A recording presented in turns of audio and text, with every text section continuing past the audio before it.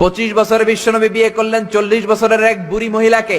বিয়ে করেছেন সাইয়েদানা সাইয়্যিদাতুনা খাদিজাকে, ওনার বয়স ছিল 40।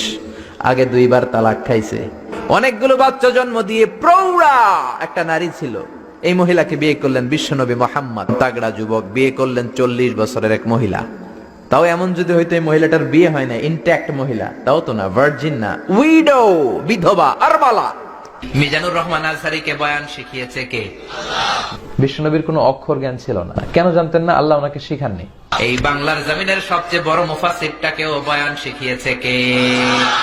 আল্লাহ লেখাপড়াই শিখান নাই ওনাকে, অক্ষর জ্ঞান শিখান নাই। মারামারি করলেও কথা বলে। বিশ্বনবীর জীবনে মারামারি আছে না নাই?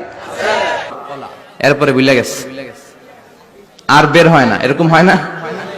বিশ্বনবী সাল্লাল্লাহু আলাইহি ওয়াসাল্লামেরও হতো, সাহাবাদেরও হতো। আর বিশ্বনবীর তো তেমন কোনো উপার্জনই ছিল না। মা খাদিজার উপার্জন দিয়ে বিশ্বনবী চলেছেন। শুনেন শুনেন, আল্লাহ হালাই কোরআন পাঠাইছে নবীর উপরে। নবী হালাই সাহাবাদের মধ্যে বয়ান দিয়ে গেছে, এর লাগি আমরাও হালাই বয়ান দিয়ে যাইতেছি হালাই।